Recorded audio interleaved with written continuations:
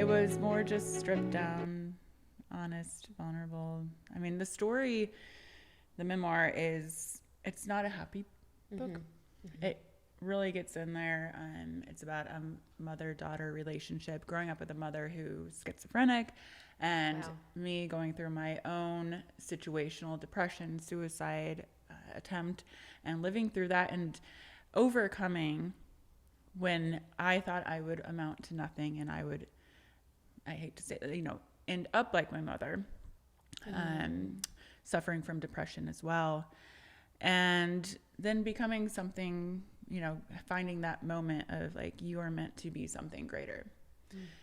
And also, I point out in here too, like getting a diagnosis is not the end all, but opening up that conversation and getting the help, because you can still live a wonderful life with a diagnosis. Yeah.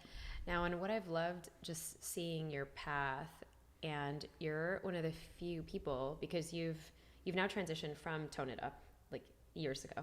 I mean, well, I am still Tone It Up. Okay, you're still. But yeah. I still own the company. I still film all the workouts, the meditations, more on the mental health side, and the yoga. I've kind of transitioned from like the HIIT workouts to yoga and meditation, and more mindfulness. But then I started the Big Silence, as we're a nonprofit foundation, and we have resources for mental health, and then the book and the podcast. I mean, because everything, it seems like it's shifted from just like lifting weights and like doing quick workouts and like having your, hot girl body, to really owning and bringing out the emotions that, essentially we kind of hide behind the facade of like a really fit body. Yeah, I think in the beginning of Tone It Up, and I've shared this often, I was ashamed of my past and ashamed that, me being a fitness superstar had a past where you were. And you are. I totally am. Sometimes I don't like to work out. Just kidding. I love to. But I was ashamed because that was in the society, say a decade ago, we weren't talking about mental health. And so coming out and saying like, this fitness superstar used to do drugs for 10 years, used to smoke cigarettes, had a suicide attempt, wasn't living that healthy lifestyle that you preach. But that ate at me a bit, where I felt dishonest, Yeah. And once I was able to open up the story where actually fitness healed me, because in my darkest moments, it's like, when was I happiest? Oh, I was paying attention to my body. I was having awareness. I decided to do triathlon. I was surfing. I was doing all these things. And so finally, when I was authentic to myself and opened up about my past, then I really felt like I could bring to Tone It Up what the true meaning was and why I started it with Kat. And when was that awakening? Like the awakening moment, that initiation, that kind of like dark night of the soul, where you're kind of like, okay, I need to perhaps reconcile with my mom and where I'm at. I mean, the journey never ends. But probably 6 or 7 years ago, I started to transition into just being me and not giving a fuck whatever anyone else thought. Yes. And just being like, this is me. And number one is taking care of ourselves so that we can then help others. It's been progressing. But yeah, I would say 6-7 years ago. And because I see in the book you have poems written. So take us through this time. Yeah. So in the book, each chapter has an opener. It's either a poem I wrote from when I was a kid. So you were a writer when you were growing up? Yeah. Oh my gosh. And it's crazy.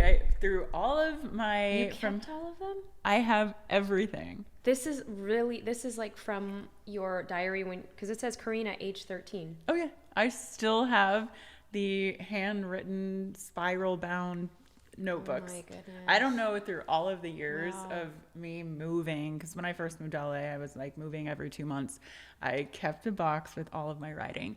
So each chapter has either a writing, a journal entry, a poem from me, or my sister, who's our executive director at the foundation, or my dad, who he's a therapist, also a musician, so his lyrics. So I really integrated my family. Oh my goodness. Okay, Brave Table fam, I just have to read you all an excerpt. This is chapter 11, A Walk to the Corner Store. Look into the crystal ball. I can see my life begin to fall to the ground. Look around me. I can see the hateful smiles at home. I feel all closed up at home. I wish you would shut up. I won't sit on your furniture. I'll just stand here and act mature. You're so unfair. Why don't you care? Standing in the dark, drop to my knees, begging you to forgive me, please. But that's okay. I'll never forgive you. What I know now, only if you knew, maybe I could run into the night or just stay through one more fight. Karena, age 13. What was happening during this time? Yeah. So age 13 was around my suicide attempt when my parents were fighting a lot. My mother had just been diagnosed, and she had, my father was part of the Antichrist to her. And she always came to me to tell me like everything that he was bad about. So she basically brainwashed me as a little girl into believing her own, what she believed within her illness. And it's a brain disease. And so, And she made up these stories. yeah, that he was a bad person. And then I hated my dad, and then I didn't trust her, and then I didn't want to sit on the furniture that I was like, it was a very tough upbringing of knowing who to trust. And if you've been through it, you know. And it's a very tough thing to transition out of once you realize what is real and what is not as you grow up.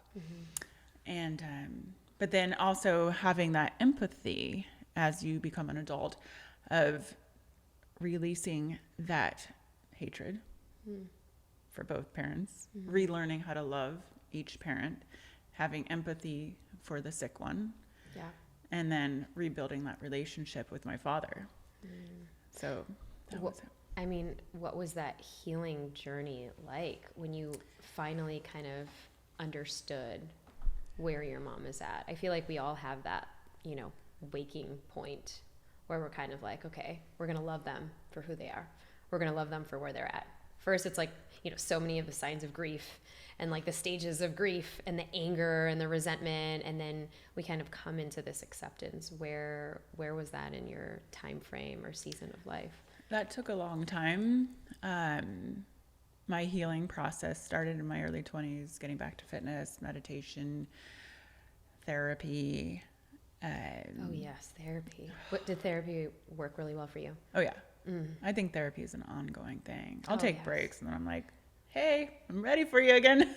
Right? Especially when you find that one. Yeah. And sometimes it's like a dance to find the right therapist, too. Yeah, and I have different therapists, teachers, it takes an army. Healers. I've got my different healers as well. Yeah. Yeah. Yeah. All the things. But the process, I was fearful of my mother once I realized what schizophrenia was. And I ran from her, and she ran from me, and she was in and out of my life. But once I did, back in the 90s and 2000s, no one was talking about it. So I did my own research to truly understand. And then I went to a course with NAMI, National Alliance of Mental Illness, on family to family. I am now on their board of advisors. But it's really just educating yourself and then learning empathy.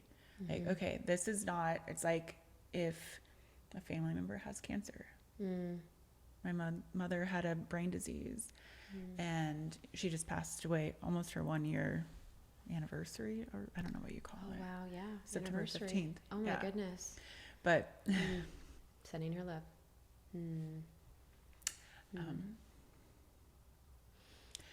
But yeah, I mean, she was afraid of her own illness all of her life, and she denied it. She didn't want to take medication. But I was with her the last 3 days of her life, and I told her about The Big Silence, the book. The book was coming out. Yeah.